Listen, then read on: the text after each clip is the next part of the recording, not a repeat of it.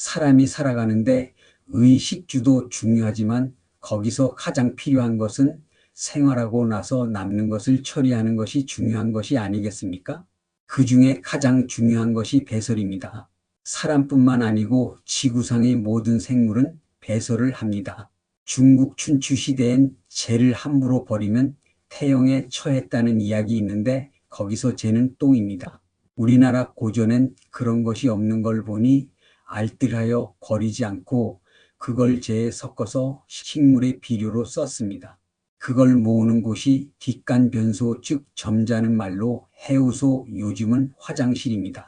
사람이 많이 사는 곳에선 자루가 달린 바가지로 퍼서 지게에 얹어진 똥장군에 담아 논밭이 있는 곳으로 쳐다가 뿌리는 일을 하는 것이 하나의 직업이 되었습니다.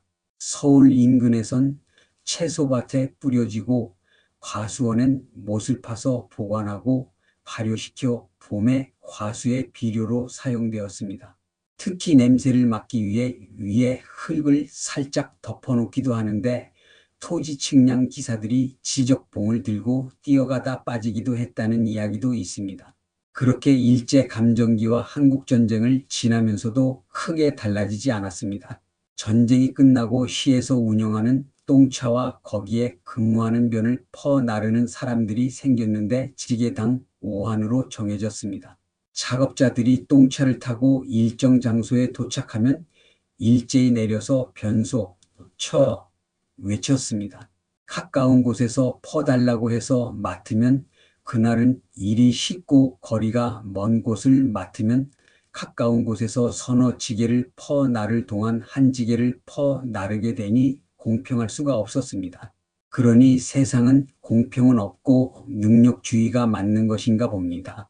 아니 그래도 늘 먼 곳에서 퍼 나르게 되면 재수가 없다 아니 운이 없다고 탓을 하기도 합니다. 어떤 것이 맞는 말인지 모르지만 돌아가면서 당번을 정해 그날은 똥차에서 받아서 붓는 사람이 되어 변을 받아서 똥차에 붓는 일을 하기도 합니다. 작업자별로 지게 숫자는 운전기사가 사람별로 발을 정자를 기록했고 작업자는 지게당 5한을 받아서 그날 자신이 져다 부은 똥을 지게당 1한씩 쳐서 기사에게 주면 그 돈을 받아서 붓는 사람과 똑같이 나누니 똥차 운전사는 비록 똥 냄새를 맡으며 일을 해도 벌이가 쏠쏠해 황금마차로 불렸습니다.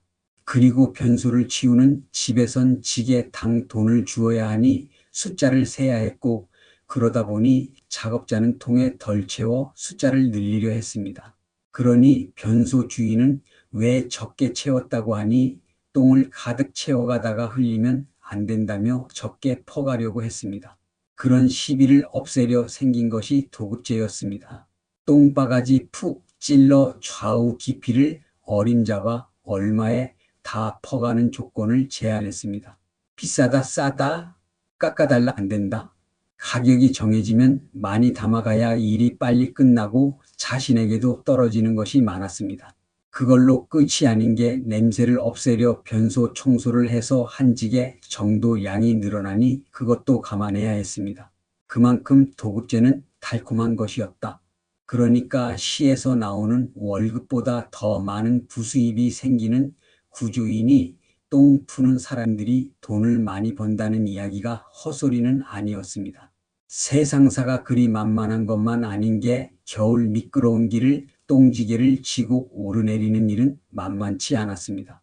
미끄러져 똥통이 엎어지는 날에는 그걸 정리하자면 10지게 넘게 퍼내지를 못하니 손해도 손해지만 숱한 사람들의 코를 막고 피해가는 것을 감수하며 부지런히 해결해야 했습니다.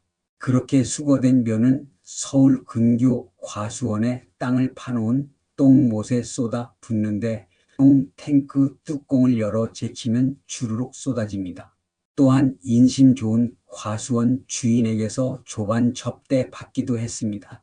그렇게 한 차나 두 차를 버리고 사고로 돌아오면 일과가 끝나고 부근에서 막걸리 몇 잔을 걸치고 두둑한 주머니를 만족하면 집에 도착을 했습니다. 처음엔 냄새가 나서 꺼려하는 아내도 돈 앞에는 속물이었습니다. 연일 싱글벙글했습니다. 돈 걱정 없이 사는 게 어느 부자 못지않으니 그렇게 자신의 직업에 작은 자부심이 생기게 되었습니다. 그러나 천시받는 직업임에는 틀림이 없었습니다. 다음 날도 어김없이 새벽에 일어나 출근을 하여 어둑한 골목을 향해 변소, 쳐! 하고 외쳤습니다. 아저씨 여기 하는 소리가 제일 반가워 이해갑니다.